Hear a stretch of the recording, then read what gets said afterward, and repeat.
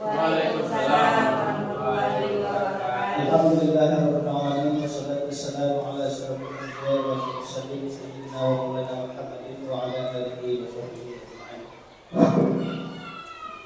Yang kami hormati kepala sekolah SD, SMP, Sedengkang, khususnya yang kami hormati Bapak dan Ibu, rekan-rekan hadir seluruh serta operator. Pada pagi hari ini kita mengucapkan puji serta syukur kehadirat Allah Subhanahu wa taala yang mana kita masih diberikan kesehatan, kesempatan sehingga kita bisa berkumpul berdoa yang berbahagia. Kesempatan pembukaan kita menyampaikan salawat serta salam kepada junjungan alam yang Nabi besar Muhammad sallallahu alaihi wasallam dengan mengucapkan Allahumma shalli ala Muhammad wa ala ali Muhammad. Mudah-mudahan di akhir kita mendapatkan. Baiklah, kami sebagai moderator akan membacakan susunan acara pada aksi nyata modul 1 ya, budaya positif, yaitu menyebarkan pemahaman dan pengalaman penerapan budaya positif ya. Jadi sebagai pembukaan yang kita anggap sudah berlangsung, seterusnya yaitu kata sambutan dari kepala sekolah. Kepada kepala sekolah disilakan.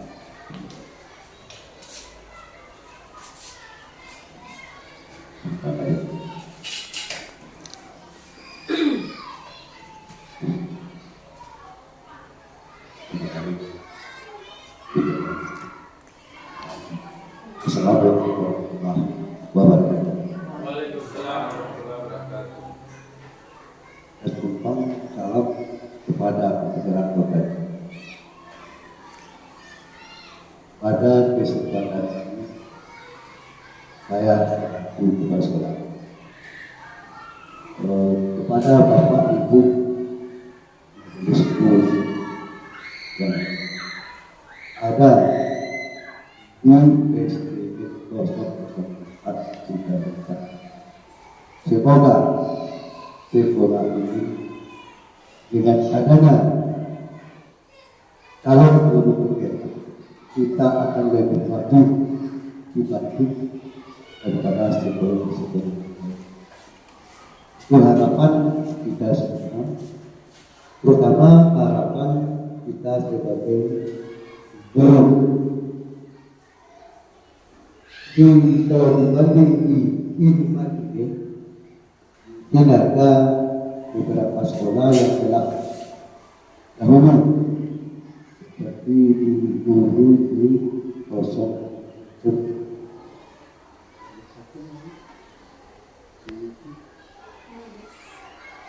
di 12 kemudian SD sekitar ya. Kemudian dilanjut dengan sekolah kita itu SD 004 dengan SD tersebut ya, ini CGT yang ada di Inuman sudah ditipu pada dampak.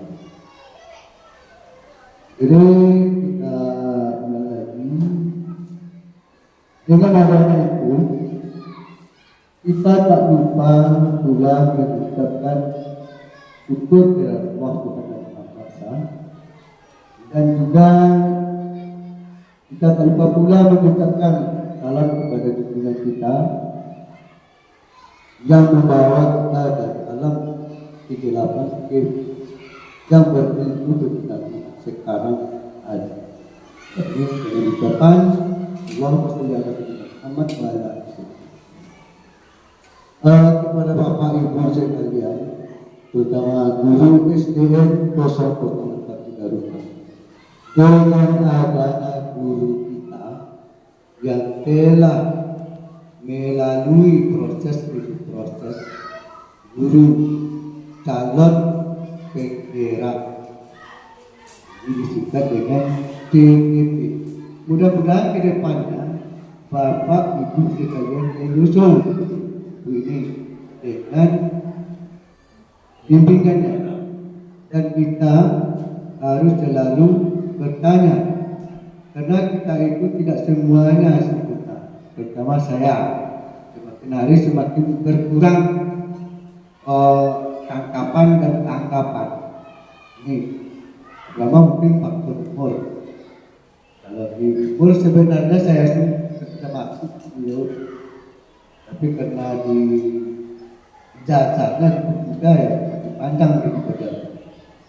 Jadi harapan kepada ibu sekalian, adapun hari ini oleh penggerak kita calon mudah-mudahan dari guru penggerak. Nah, karena proses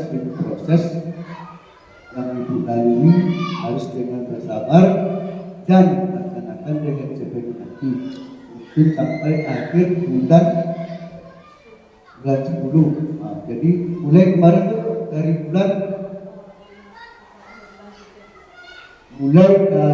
akhir Maret 2024. Sekarang tiba-tiba saatnya ibu presentasi daripada kepada kita aksi nyata untuk satu budaya positif menyebarkan pemahaman dan pengalaman penerapan budaya positif. Yang positif kenapa jadi yang akan disampaikan oleh ibu kita calon guru penggerak di sekolah kita yaitu oleh ibu Tati Yonisa SD, calon guru penggerak angkatan 10 Kabupaten Banten Tinggi. Alhamdulillah ini sudah 4 orang. Sudah 4 orang pengumuman. Mudah-mudahan makin banyak. Terutama saya berharap tidak di guru sekolah lain, harus guru di guru penggerak semua, yaitu PKK maupun PNS-nya. Terutama Pak Rido di olahraga ini jangan kalah sama Bapak yang di 09 kan, ya. Pak Rido jadi berguna dan jadi untuk itu kepada Bapak Ibu sekalian, marilah kita dengarkan presentasi daripada Ibu CGP kita angkatan 10 yaitu Ibu Tati Yonisa. Jadi demikian dalam presentasi yang dapat disampaikan, juga kita mengucapkan sama dan saya sudahi dengan wabillahi taufiq wal hidayah. Assalamualaikum warahmatullahi wabarakatuh. Terima kasih kita ucapkan kepada kepala sekolah telah memberikan sambutan dan depan kita semua menjadi calon guru penggerak atau guru penggerak semua. Cara selanjutnya itu acara inti yaitu pemaparan atau presentasi dari Ibu kita yaitu Bu Safiarita tentang aksi modo nyata 1.4 budaya positif. Kepada Bu Safiarita disilakan.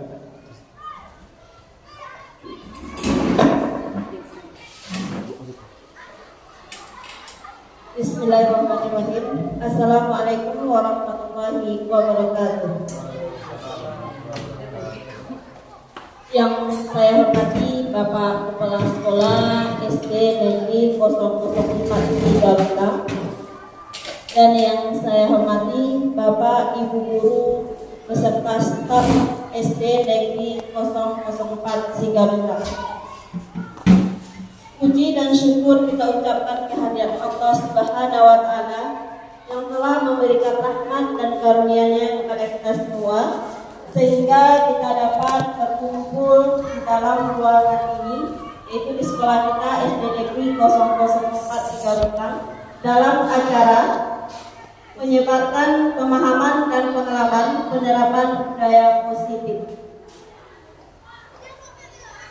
Salawat beriring salam kita hadiahkan kepada junjungan alam, yakni Nabi besar Muhammad SAW, dengan melafazkan Allahumma shalli ala Muhammad wa ala alihi Muhammad.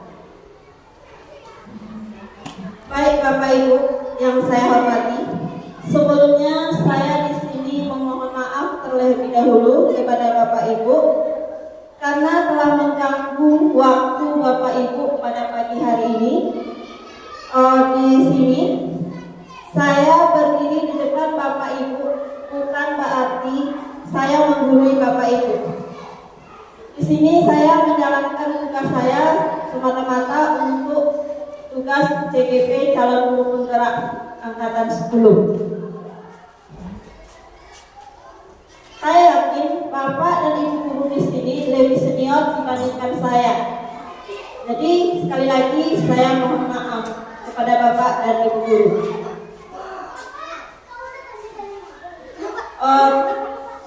Tak lupa pula saya ucapkan terima kasih kepada Bapak Guru SD Negeri 004 Sigarutang, terutama kepala sekolah saya, karena telah memberikan izin kepada saya untuk mengikuti calon guru penggerak angkatan 10 ini. Karena berkat dukungan dari kepala sekolah dan Bapak Ibu guru dan doanya, saya sudah berada di tahap ini, yaitu saya sudah menyelesaikan modul 1. Di mana Bapak Ibu modul 1 ini terdiri dari 4 sub. Sub yang pertama adalah modul 1.1 yaitu tentang filosofi Ki Hajar Dewantara. Dan modul sub yang keduanya adalah 1.2 tentang nilai dan peran guru penggerak. Sub yang ketiga adalah yaitu 1.3 visi guru penggerak. 1.4 tentang budaya positif. Di akhir modul 1, saya sebagai CGP dari Kabupaten Kuantan ini diminta untuk menyampaikan yaitu menyebarkan pemahaman dan pengalaman penerapan budaya positif. Baik Bapak Ibu, sekali lagi saya ucapkan selamat datang para guru hebat semuanya. Mari kita bekerja sama, berkolaborasi, saling mendukung demi mewujudkan disiplin positif di sekolah kita yang tercinta ini. Di sini Bapak Ibu ada konsep model budaya positif. Di sini ada konsep model budaya positif. Itu yang pertama adalah paradigma, perubahan paradigma belajar. Yang kedua, disiplin positif. Yang ketiga, kebutuhan dasar manusia. Yang keempat, motivasi perilaku manusia. Yang kelima, posisi kontrol restitusi. Keenam, keyakinan kelas. Terakhir, step 3 restitusi. Di mana ini nanti Bapak Ibu akan saya jelaskan satu persatu. Baik Bapak Ibu, kita masuk yang pertama tentang pembelajaran dengan menggunakan paradigma baru, di mana pembelajaran dengan paradigma baru dirancang berdasarkan prinsip pembelajaran yang berreferensial sehingga setiap siswa sesuai dengan kebutuhan dari tahap perkembangan untuk mewujudkan profil belajar Pancasila. Nah, mungkin Bapak Ibu kelas 1 dengan kelas 4 di mana kita di sini di sekolah kita ini sudah melaksanakan yang namanya kurikulum merdeka. Nah, mungkin Bapak Ibu di sini sudah lebih paham dari saya tentang profil belajar Pancasila. Apa saja Bapak Ibu yang belajar profil Pancasila? Iya, benar, beriman dan bertakwa terhadap Tuhan Yang Maha Esa. Yang keduanya, kebinekaan global, Ibu Heria. Yang ketiga, ya profil belajar Pancasila kita bergotong royong. Yang keempat, kreatif. Yang kelima, berpikir kritis. Terus kenalan kritis. Oke Bapak Ibu tentang profil belajar Pancasila. Selanjutnya, disiplin positif. Disiplin positif ini kita mungkin masih ingat dalam ingatan kita apa yang dinamakan dengan disiplin. Ada yang bisa bantu saya Bapak Ibu disiplin? Kira-kira dalam ingatan kita disiplin itu seperti apa? Tapi aturan ya Bapak Ibu harus datang tepat waktu contohnya dan sebagainya. Di sini baiklah Bapak Ibu saya akan memaparkan tentang disiplin positif. Dalam budaya kita makna kata disiplin dimaknai menjadi sesuatu yang dilakukan seseorang pada orang lain untuk mendapatkan kepatuhan. Kita cenderung menghubungkan disiplin dengan ketidaknyamanan. Maksudnya begini Bapak Ibu, seandainya ada anak yang datang terlambat, sehingga kita memberi, biasanya kalau kita kan seperti itu Bapak Ibu, kita sering ada anak datang terlambat, kita memberi sebuah hukuman. Nah, seharusnya Bapak Ibu tidak seperti itu, karena kalau kita memberi hukuman terhadap anak, sehingga membuat rasa tidak nyaman terhadap anak tersebut Bapak Ibu. Kita cari solusi mengapa anak tersebut terlambat.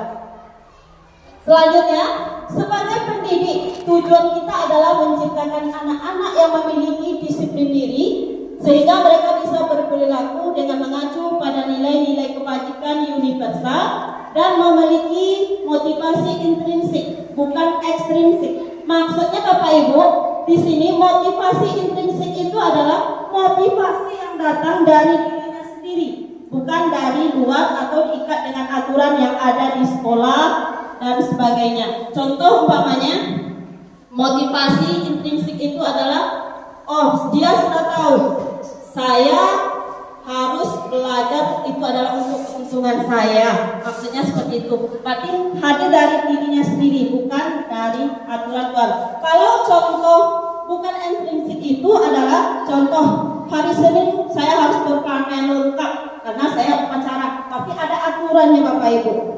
Seperti itu.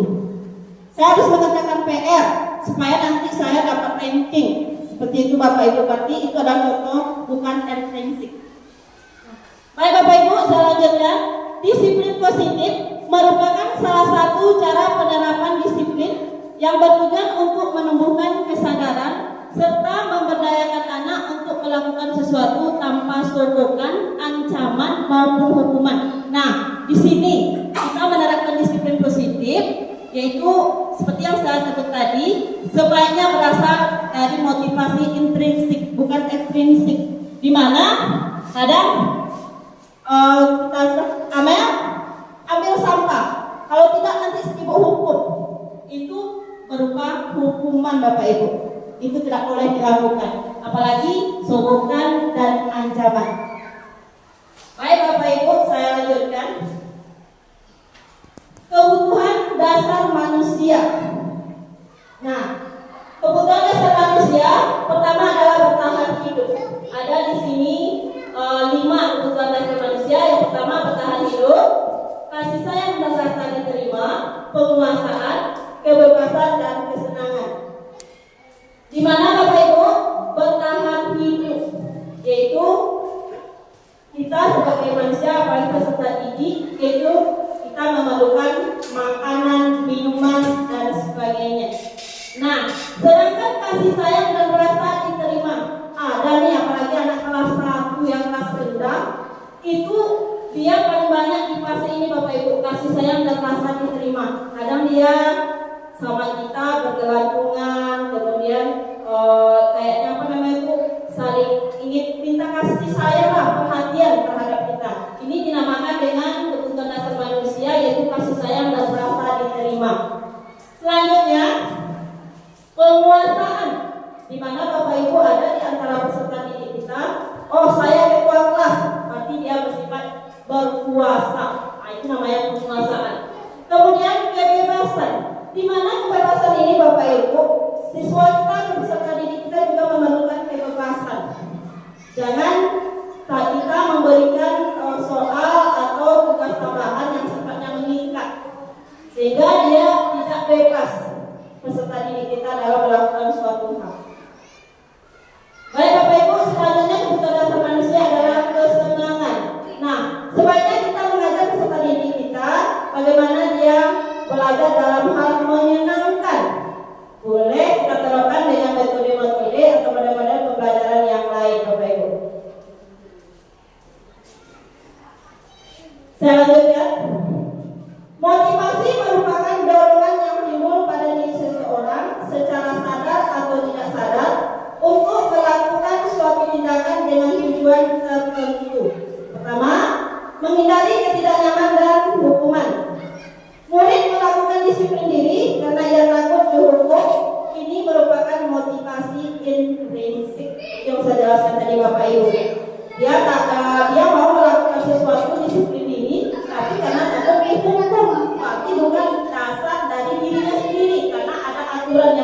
tentunya Bapak Ibu.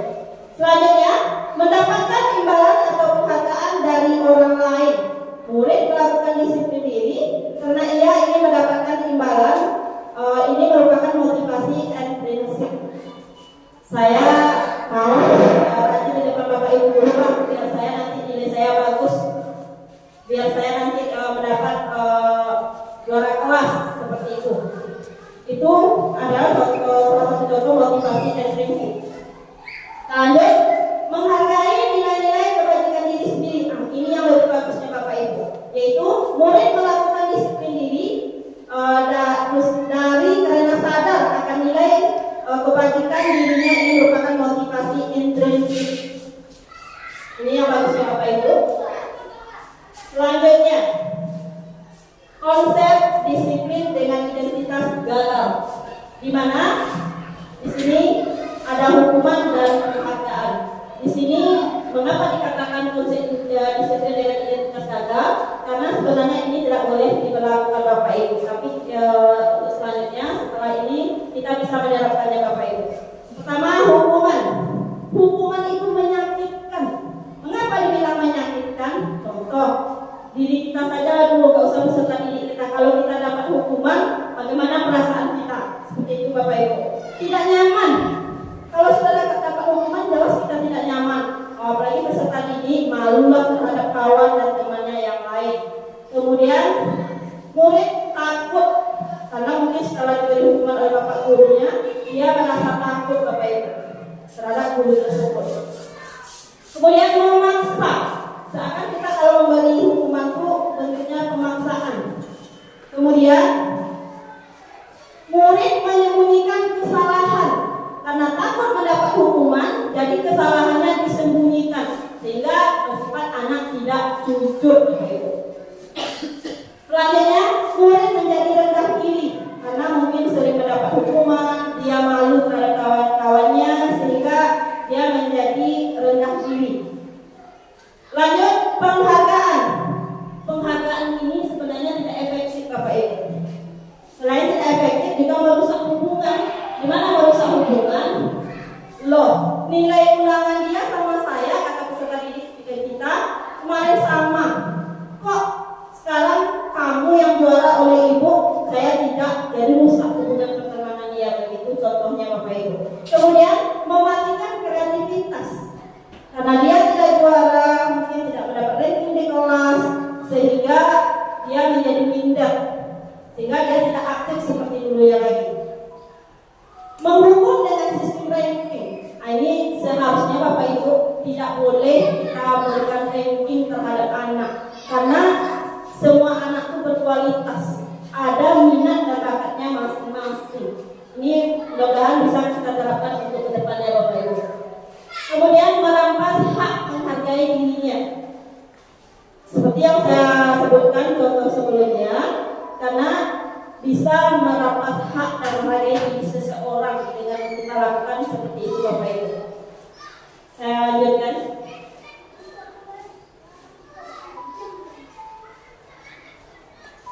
Nah, di sini Bapak Ibu ada perbedaan contoh kasus siswa yang tidak mengerjakan PR.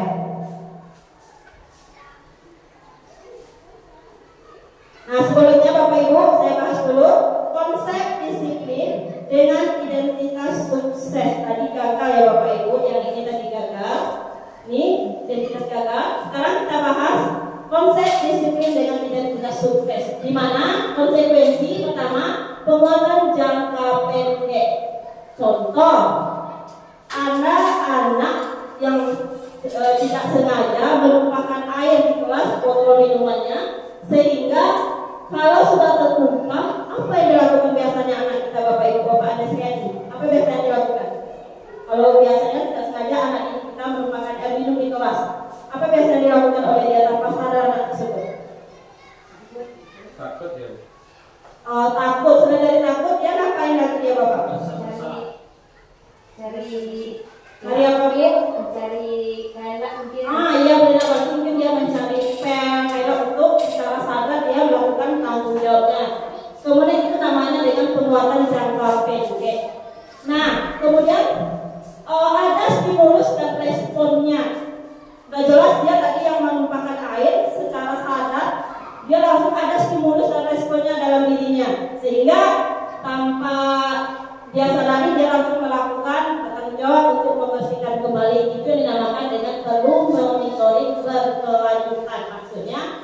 diharapkan hal tersebut bisa berkelanjutan.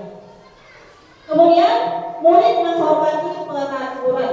Di sini konsekuensi dia sadar karena tadi dia memakai air minum, berarti dia harus membersihkan kembali. Berarti dia menghormati peraturannya. Kemudian kehilangan waktu untuk merenungi kesalahan. Dia tidak merenungkan dulu kesalahan Bapak Ibu. Setelah dia makan air minum tadi, dia langsung mengambil tempel tanpa dia mengapa saya tadi menumpahkan air minum? Mengapa bisa seperti itu? Tidak direnungkannya kesalahannya, tapi secara langsung dia ada stimulus dan responnya Bapak Ibu. Lanjut, restitusi. Di mana pada restitusi ini di sini saya juga baru mengetahui Bapak Ibu cara menggunakan restitusi yang bagusnya, yaitu setelah mengikuti cara guru penggerak. Di mana di restitusi ini murid bertanggung jawab untuk perilakunya. Kemudian fokus pada permasalahan masalah jangka panjang. Kalau bisa masalah yang seperti bertanggung jawab dan sebagainya itu perlu berkelanjutan dilakukan sampai besoknya. Kemudian murid menghormati dirinya dan orang lain. Berarti murid bisa menghormati orang lain, bisa menghormati dirinya sendiri. Lanjut, teori kontrol. Dirinya memegang kontrol. Maksudnya teori kontrol itu adalah secara tidak sadar dia sedang bertanggung jawab mengontrol dirinya. Murid bersemangat memperbaiki kesalahannya. Di sini nanti Bapak Ibu di selanjutnya juga akan ada pembahasan tentang ini. Jadi nanti saya jelaskan juga. Baik Bapak Ibu, di sini ada 5 posisi kontrol restitusi. Di mana 5 posisi kontrol restitusi ini Bapak Ibu? Di sini kira-kira saya buka dulu, nanti kita tergolong ke dalam mana Bapak Ibu posisi kontrol kita sebagai guru. Pertama, menghukum. Nah ini saya buat emoji gambarnya Bapak Ibu seorang guru. Mungkin ini saya maaf ya Bapak Ibu, ini saya gambarkan seorang guru olahraga sedang menghukum siswa. Mungkin tidak teratur mengikuti olahraganya sehingga dia menunjuk-nunjuk seperti itu kan, menghukum anak. Sehingga tengok posisi anak, wajah anak seperti apa. Iya, Roy ya. Karena anak boleh menunjuk anak ya Bapak ya. Oke, kita lanjut. Posisi kontrol restitusi berikutnya selain dari menghukum, yaitu adalah membuat merasa bersalah. Nah, di sini mungkin ada penjelasan guru dengan katanya anak merasa bersalah. Nanti saya jelaskan satu-satu. Posisi kontrol restitusi berikutnya sebagai teman kita. Yang selanjutnya adalah pemantau. Berikutnya manajer. Nah, inilah Bapak Ibu 5 posisi kontrol restitusi kita sebagai guru. Nah, adakah kira-kira antara kita ini yang sebagai penghukum? Nanti kita tengok ya kasusnya seperti apa. Kira-kira kita termasuk ke dalam posisi kontrol yang mana Bapak Ibu? Kalau yang bagusnya di sini nanti setelah saya jelaskan Bapak Ibu tahu. Di sini yang bagusnya adalah sebagai manajer. Baik Bapak Ibu, kita lihat yang selanjutnya. Ini nanti posisi penghukum. Saya punya sebuah apa Bapak Ibu?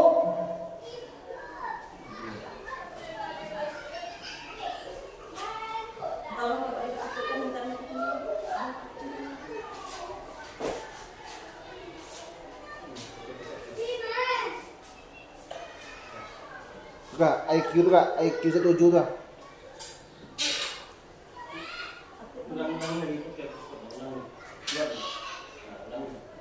Sebentar ya Bapak Ibu.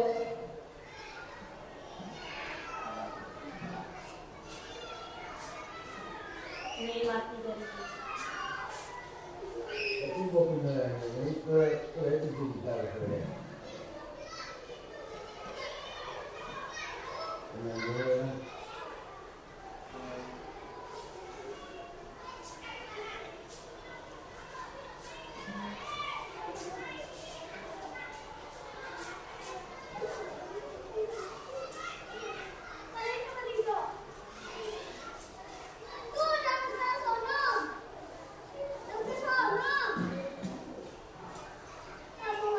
Baik sifatnya menghukum. Posisi kontrol di posisi manajer dalam menghadapi masalah tersebut. Nah, ini posisi menghukumnya Bapak Ibu.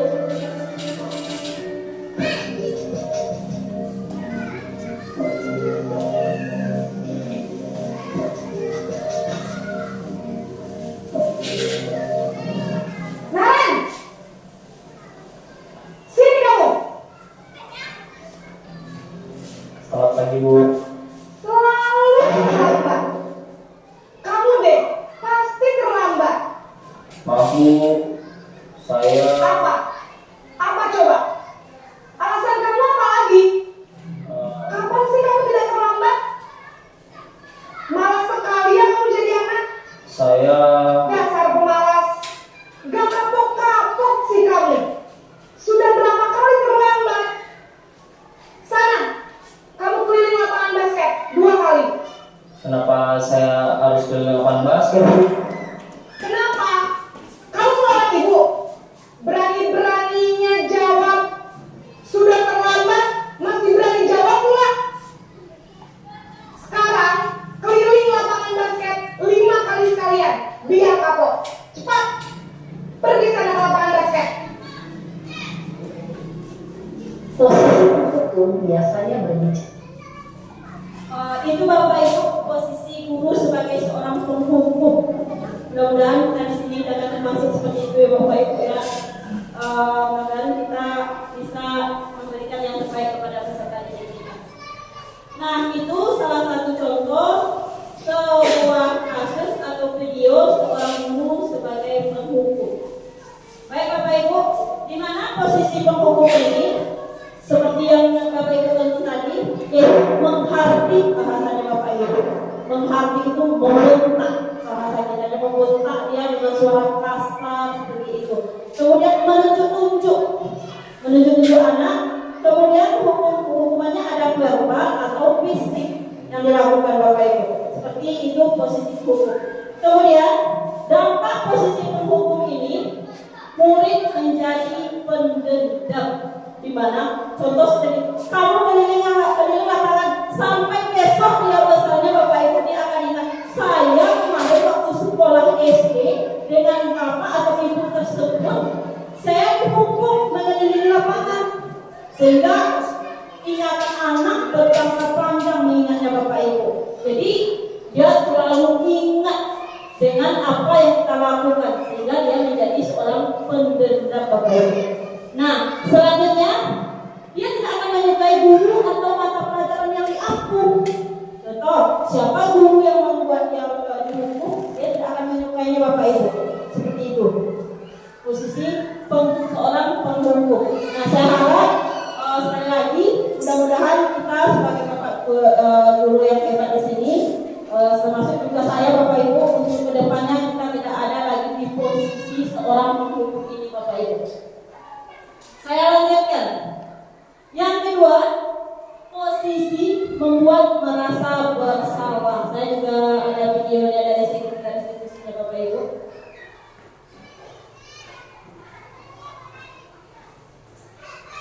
Ini dia, posisi membuat merasa bersalah.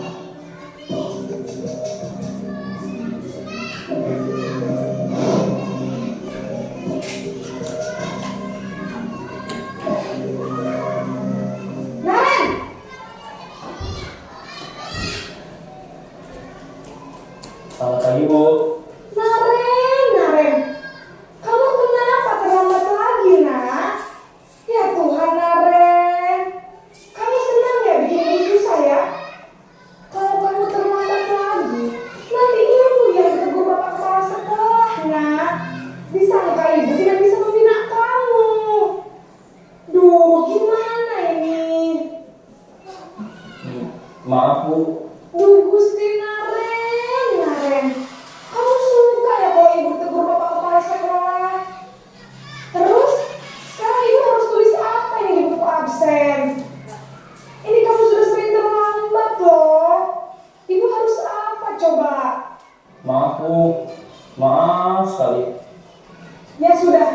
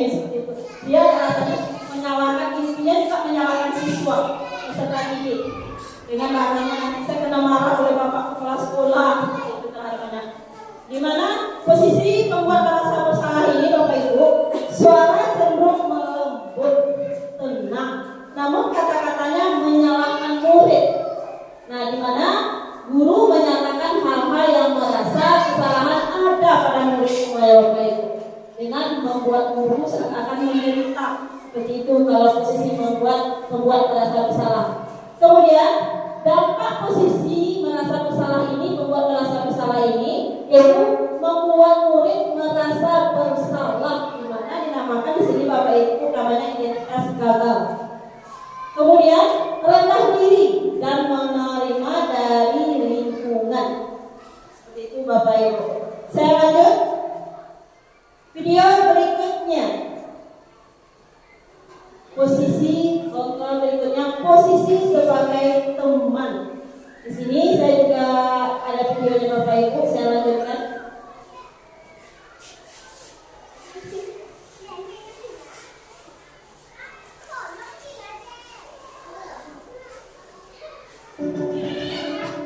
Silakan coba Bapak Ibu.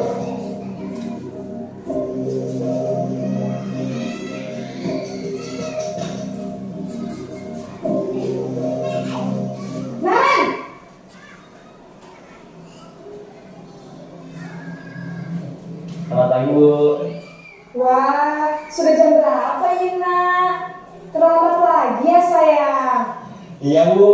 Habis ibu saya lupa bangunkan saya, Bu. Kamu malah menyalahkan ibu kamu. Kamu bukannya anak yang lari yang paling kencang. Kok terlambat sih? Iya, Bu. Saya memang terlambat bangun tadi. Jadi, biarpun saya lari kencang, tetap gak kencang, Bu. Ya sudah sana. Nanti lain kali larinya lebih kencang lagi ya. Biar gak terlambat lagi. Bikin seneng ibu. Demi ibu. Bisa kan? Bisa lah, Bu. Ya sudah sana masuk kelas. Ibu beresin urusan absen kamu. Kamu ini ada-ada saja. Itu beliau sebagai teman Bapak Ibu. Dia ada mungkin kalimatnya seperti bercanda dan sebagainya. Di sini posisi teman seperti yang kita tonton di video tadi, suara buku atau ramah. Kemudian cenderung bersenang-senang untuk menghangatkan suasana. Nah, apa dampaknya? Dampak sebagai posisi teman ini, murid akan bergantung pada satu orang Bapak Ibu seperti itu. Kemudian itu faktor ketergantungan batin. Kemudian ada juga posisi teman ini bagus juga, tapi ada negatifnya yaitu faktor ketergantungan. Kemudian murid tidak mandiri dan tidak bisa berpikir untuk diri sendiri. Jadi kalau kita terapkan posisi teman ini, murid tidak menjadi seorang yang mandiri. Seperti itu Bapak Ibu. Baik, saya lanjutkan. Kita tonton lagi video berikutnya. Posisi sebagai pemantau.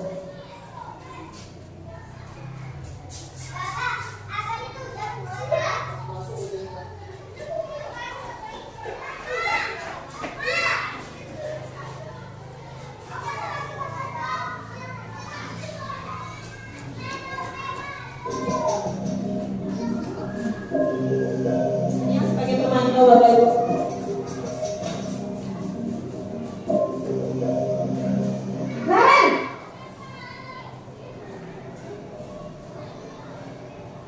Selamat pagi, Bu.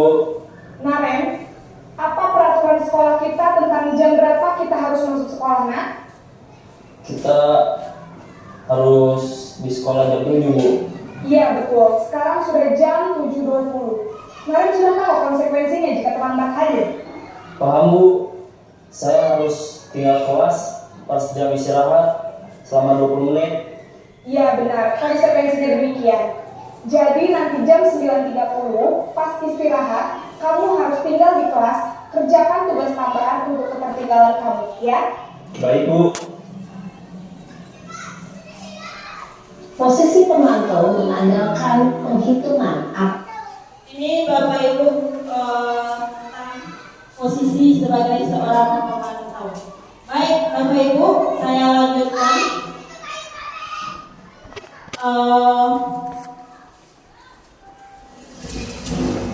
Posisi pemantau atau monitor, di mana seorang guru pemantau bersuara datar, tidak emosional, tidak bersama gurau atau menggunakan suara tinggi. Kemudian tercipta identitas diri positif atau berhasil. Kemudian pemantau perlu senantiasa memantau. Pada saat murid diberikan sanksi, maka guru pun harus selalu mengawasi. Itu dinamakan dengan pemantau. Selanjutnya, ada dampak posisi pemantau atau monitor ini Bapak Ibu. Murid akan menghitung konsekuensi dan hadiah tanpa memahami sepenuhnya nilai kebajikan yang dituju. Kemudian tidak sepenuhnya mandiri. Selanjutnya, posisi kontrol seorang guru yang terakhir, seperti yang saya sebut tadi Bapak Ibu, ada 5 yang terakhir ini yang saya pelajari di cara guru bergerak, ini yang lebih bagus kita terapkan. Mari kita tonton videonya Bapak Ibu.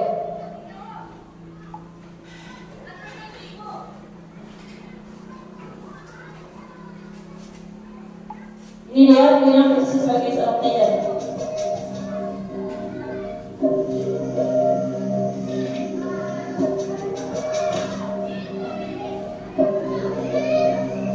Naren,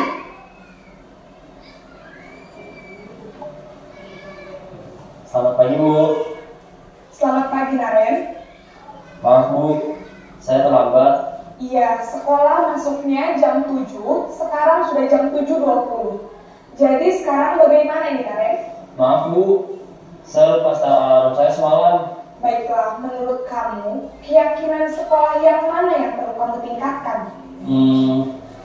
Menghargai diri sendiri dan orang lain mungkin ya Bu. Setuju. Jadi, apakah Naren meyakini prinsip saling menghormati tersebut? Iya Bu, saya meyakininya. Apakah Naren bersedia memperbaiki masalah keterlambatan ini? Bersedia Bu. Bagaimana kamu akan memperbaiki masalah keterlambatan ini? Saya akan coba untuk tidak lupa menyetel alarm saya Bu.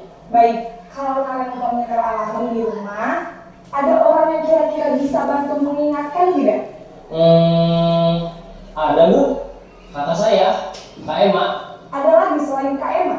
Selain Kak Emma, ada ibu saya. Baik, jadi yang mengingatkan Naren adalah Kak Emma dan ibu kamu ya? Kira-kira akan mulai setel alarm kapan nih Naren? Setelah pulang sekolah, akan segera saya lakukan. Baik, jadi Naren akan setel alarm untuk bangun besok pagi dan akan diingatkan oleh kakak dan ibunda Naren ya. Ada lagi yang mungkin perlu dilakukan Naren agar tidak terlambat bangun lagi? Tidak ada Bu. Baik Naren, terima kasih untuk kerjasama kamu. Sekarang kamu terus kembali ke kelas untuk belajar. Baik Bu, terima kasih.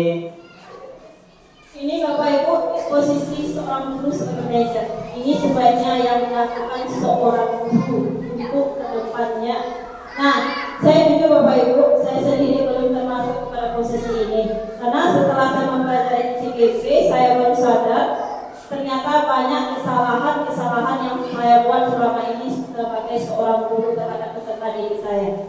Mungkin salah satunya pernah saya melakukan sebagai posisi seorang guru. Hal yang sangat dihindari. Nah, pada posisi seorang manajer ini, kita harus dulu menstabilkan identitas. Kita tanyakan masalah anak, mengapa dia datang terlambat dan masalah lain sebagainya kita tanyakan dulu. Kemudian kita menanyakan keyakinan kelas yang kita buat. Kemudian baru nanti kita tanya solusi apa yang akan dilakukan oleh peserta didik kita. Seperti itu Bapak Ibu. Saya lanjut. Posisi manajer, seorang manajer netral, tidak emosional, tidak terlalu ramah, dan tidak bernada tinggi, di mana tercipta identitas positif atau berhasil. Guru akan dengan tulus mengajukan pertanyaan-pertanyaan bermakna agar membuka pikiran murid. Guru membimbing murid untuk memecahkan masalahnya secara mandiri. Di mana dampak posisi manajer ini Bapak Ibu, murid mandiri, kemudian percaya diri, dan dapat memecahkan masalahnya sendiri. Saya lanjut. Di sini sebenarnya keyakinan kelas ini juga bisa kita buat di kelas-kelas kita Bapak Ibu tentang keyakinan kelas atau kesepakatan kelas kita. Nah pertanyaannya,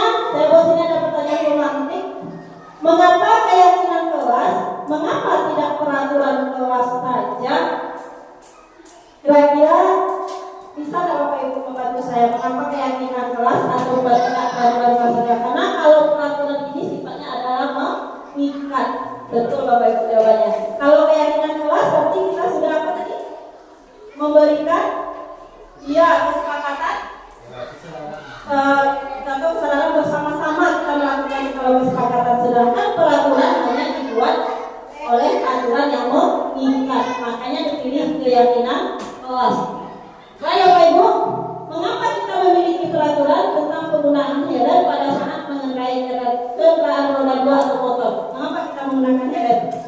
Ya, bagi Bapak Ibu yang jauh dari Pak Ido, mengapa kita menggunakan helm kalau menggunakan kendaraan roda 2 Pak Ido? Untuk apa kira-kira?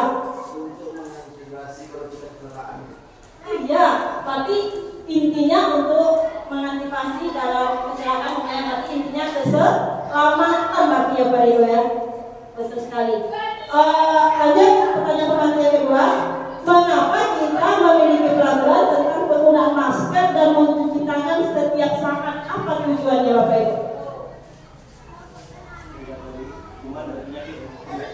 Berarti menghindari kuman dan penyakit. Berarti tujuannya untuk apa itu? Untuk kesehatan, ya untuk kesehatan. Nah, seperti itu Bapak Ibu. Berarti ada tujuannya kita kan, seperti itu juga keyakinan kelas. Lanjut.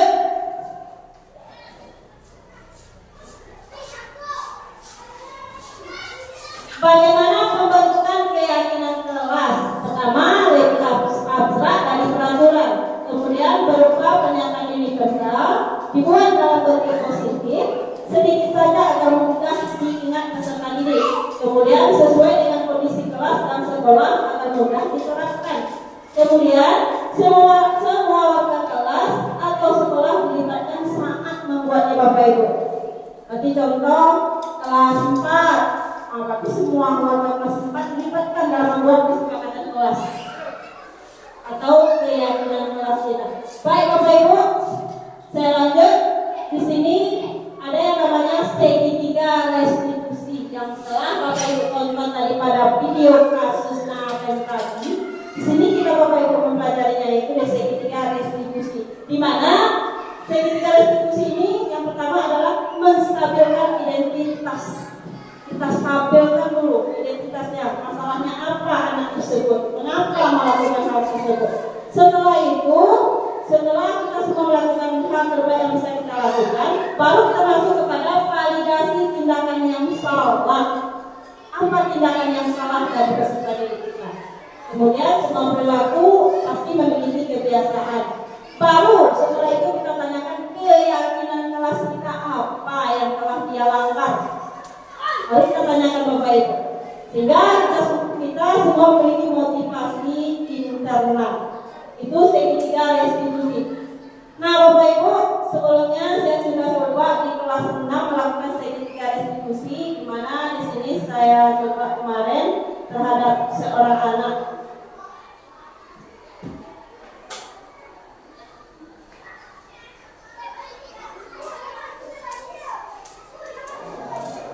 Lara, itu ternyata pelaporan dari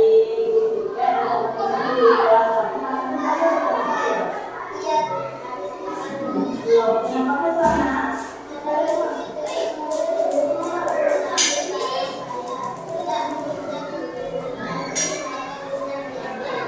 Oh, ini ya kalau kamu marah dan besar itu ada di posisi kamu, ini sudah pasti akan membuat kayak kamu. Lalu, apa yang akan kamu lakukan terhadap ini?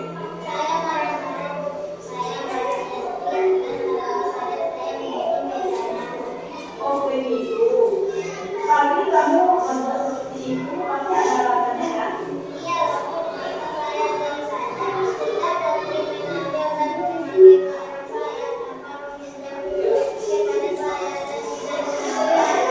Oh,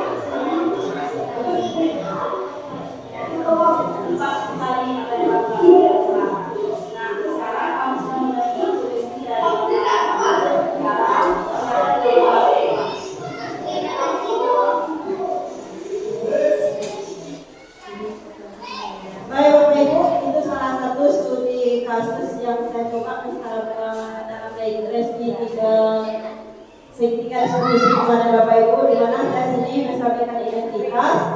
Kemudian juga saya melakukan validasi tindakan yang salah dan menanyakan keyakinan terhadap peserta didik. Kebetulan saya kemarin pada kelas 6, jadi saya lakukan di kelas 6. Baik Bapak Ibu, di mana dalam penerapan program disiplin positif, hendaknya guru memiliki standar kepribadian profesional dan sosial yang baik, di mana guru mampu berefleksi pada posisi kontrolnya saat ini. Bagaimana perjalanan dirinya sebagai posisi seorang manajer yang menuntut murid-murid menjadi insan yang mandiri, merdeka dan bertanggung jawab ini sesuai dengan standar nasional pendidikan. Baik Bapak Ibu, itu saja penjelasan saya. Di sesi terakhir ini mungkin ada pertanyaan dari Bapak Ibu guru, saya persilahkan. Assalamualaikum warahmatullahi wabarakatuh.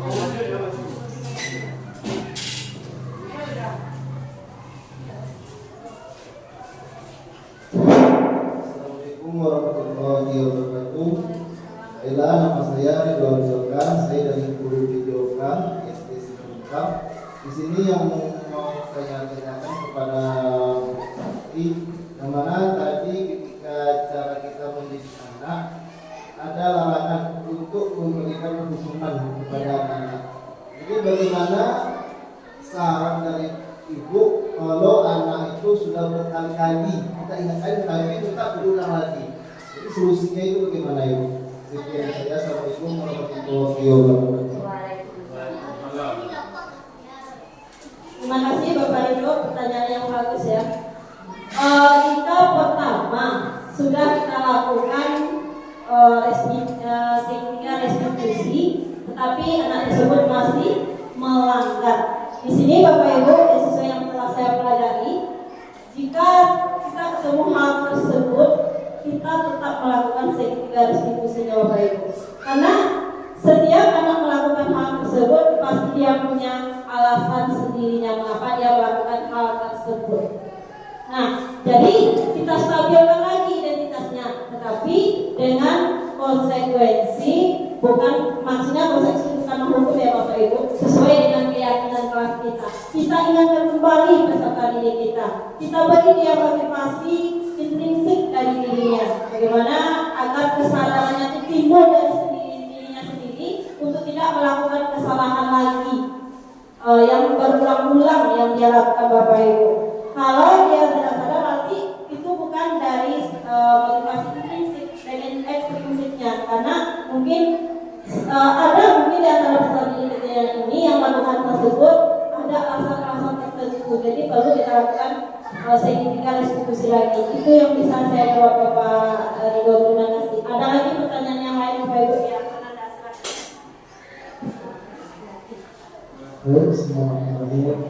Assalamualaikum warahmatullahi wabarakatuh. Saya lagi guru pendidikan dasar. Nah, jadi pertanyaan saya di sini sesuai pengalaman yang pernah saya alami saat belajar ketika ada program dan proses pembelajaran. Nah, di mana di proses belajar itu ada anak yang introvert. Nah, jadi tadi kan kita misalkan beri hukuman, sebagai teman, kan tidak. Jadi yang pertanyaan saya di sini, bagaimana solusi supaya anak itu terbuka, gitu. Misal mengetahui kenapa anak itu seperti itu, gitu. Terus dia nggak mau bilang kenapa jadi ibu. Gitu. Jadi bagaimana solusi dari ibu untuk membuat anak supaya tidak introvert lagi dan bisa kita lakukan diskusi. Dan yang kedua, bagaimana juga kita kan kita ini sebagai guru ada 3 kompetensi. Yang pertama kognitif, afektif dan psikomotorik. Nah, salah satunya bagaimana kita lebih mengutamakan adab ketimbang ilmu. Karena banyak orang yang berilmu ada ilmu tapi sulit untuk menerapkan adabnya gitu. Nah, sekian sebenarnya. Assalamualaikum warahmatullahi wabarakatuh. Waalaikumsalam warahmatullahi wabarakatuh. Pertanyaan yang bagus ya, dua pertanyaan sekaligus dari Bapak Nanda. Ini sebenarnya berpotensi yang sangat bagus. Kebetulan dia guru agama ya. Baik, saya coba ya Pak Nanda untuk menjawab pertanyaan dari Bapak Nanda. Pertama, bagaimana cara mengatasi murid yang introvert? Nah, tadi saya sudah coba menayangkan video posisi kontrol seorang guru. Nah, dari situ kita bisa Bapak posisi mana yang seharusnya kita terapkan terhadap anak yang seperti itu. Nah, dari 5 posisi tadi, yang paling bagus itu adalah posisi sebagai seorang manajer. Nah, bagaimana posisi seorang manajer? Kita tentu harus berkata lembut terhadap anak. Kita cari solusinya. Mengapa karena mencari solusi itu bukan dari peserta didik atau siswa, tapi dari diri kita Bapak Ibu. Kita cari solusinya bersama, juga melibatkan anak. Mengapa dia seperti itu? Berarti kita secara one by one seperti itu Bapak, untuk mencari solusi terhadap anak tersebut. Itu yang dapat Bapak. Kemudian untuk pertanyaan yang kedua, kita seperti yang Bapak Nanda bilang tadi, afektif, psikomotor, ya kognitif. Pertanyaannya, ya bagaimana sikap anak itu kadang banyak sekarang yang kita tengok yang tidak ada adab dan akhlaknya lagi. Nah, ini tugas kita ya Bapak Ibu. Bagaimana supaya adab anak itu baik. Nah, pada kurikulum KTK yang dirancang oleh pemerintah kita, pendidikan nasional kita, yaitu kurikulum KTK yang saya nyatakan pertama tadi pada paradigma baru, yaitu profil pelajar Pancasila. Disitulah kita fungsi kita sebagai guru. Nah, semuanya diapakan terhadap guru Bapak. Fungsi kita sebagai guru yaitu bagaimana kita menjadikan anak yang beriman dan bertakwa. Berarti beriman dan bertakwa kita berikanlah banyak-banyak tentang pencerahan agama supaya adab anak tersebut lebih bagus untuk kedepannya. Nah, di mana tentang profil pelajar Pancasila tadi sesuai pertanyaan Anda, salah satunya itu pertanyaannya itu masuk ke dalam beriman dan bertakwa terhadap Tuhan yang Maha Esa. Betul juga pada guru agama akan masuk di situ. Fungsinya itu kita berikanlah bagaimana cara pencerahan di bidang religius, bagaimana cara beradab dan beretika kepada orang yang lebih tua, kemudian bagaimana terhadap teman dan tutur sebaya dia, bukan terhadap orang lain, bagaimana cara menghargai dan menghormatinya. Kita berikan semuanya, boleh sebentuk motivasi, juga boleh berbentuk seperti arahan yang baik Bapak. Mungkin itu, kalau ada tambahan dari Bapak Ibu guru yang lain bisa bantu saya. Bagaimana Pak Nanda? Baik, ada pertanyaan yang lain lagi Bapak Ibu? Baik, pas ya. Kalau sudah pas, saya pada sesi ini alhamdulillah kita sudah menyelesaikan pemaparan materi tentang pemahaman budaya persikitan di Bapak Ibu. Di sini mungkin banyak kesalahan dan kesilapan yang saya lakukan selama dalam penyampaian materi menyebabkan pemahaman dan penerapan budaya persikitan ini. Saya mohon maaf yang sebesar-besarnya. Mungkin ada kata yang kurang berkenan di hati Bapak Ibu. Saya akhiri dengan mengucapkan wabillahi taufiq wal hidayah. Wassalamualaikum warahmatullahi wabarakatuh. Waalaikumsalam warahmatullahi wabarakatuh. Terima kasih kepada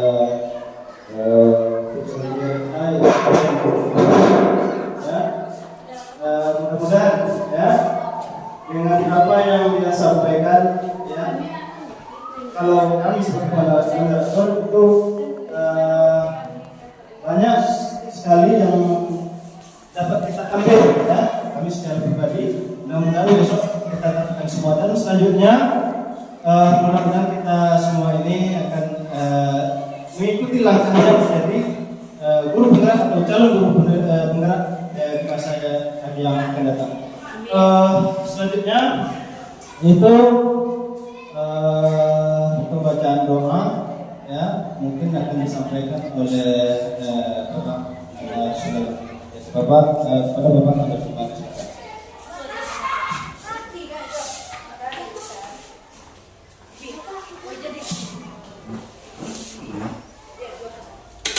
Bismillahirrahmanirrahim. Assalamualaikum warahmatullahi wabarakatuh. Sudah kita mulai berdoa. Mari kita berdoa Allah. Mudah-mudahan Ibu Santi kedepannya mudah-mudahan dan insyaallah sesuai apa yang dibutuhkan dan diinginkan dilaksanakan oleh Allah Subhanahu wa taala. Amin. Bismillahirrahmanirrahim. Alhamdulillahirabbil alamin wa lakibatu lil muttaqin. Wassalatu wassalamu ala asyrafil anbiya'i wal mursalin wa ala alihi wa sahbihi wa sallam. Allahumma ighfir lana dhunubana wa li walidina warhamhum kama rabbayana shighara. Wa li jami'il mu'minina wal mu'minat wal muslimina wal muslimat bi rahmatika ya arhamar rahimin. اللهم إنا نسألك سلامة في الدين وعافية في الجسد وزيادة في العلم وبركة في الرزق وتوبة قبل الموت ورحمة عند الموت ومغفرة بعد الموت. اللهم احرق علينا في سكرة الموت والنجاة من النار والعطاء إلى الحساب. ربنا ظلمنا أنفسنا وإن لم تغفر لنا وترحمنا لنكن من الخاسرين. ربنا تقبل منا إنك أنت السميع العليم وتب علينا إنك أنت التواب الرحيم. ربنا لا تزغ قلوبنا بعد إذ هديتنا وهب لنا من لدنك رحمة إنك أنت الوهاب. ربنا إنك جميع الناس بيوم لا ريب فيه إن الله لا يخلف الميعاد. ربنا آتنا في الدنيا حسنة وفي الآخرة حسنة وقنا عذاب النار. سبحان ربك رب العزة عما يصفون والسلام على المرسلين الحمد لله رب العالمين. تقبل الله منا ومنكم تقبل منكم. Assalamualaikum warahmatullahi wabarakatuh. Waalaikumsalam warahmatullahi wabarakatuh. Demikianlah Bapak Ibu ya acara presentasi ya oleh ibu kita. Mudah-mudahan apa yang kita lakukan pada hari ini itu diridhai Allah Subhanahu wa taala. Kami sebagai moderator mungkin minta maaf jika ada salah kata ya atau segala macamnya, jadi kami mohon dimaafkan. Sekian kami wabillahi taufiq wal hidayah. Assalamualaikum warahmatullahi wabarakatuh.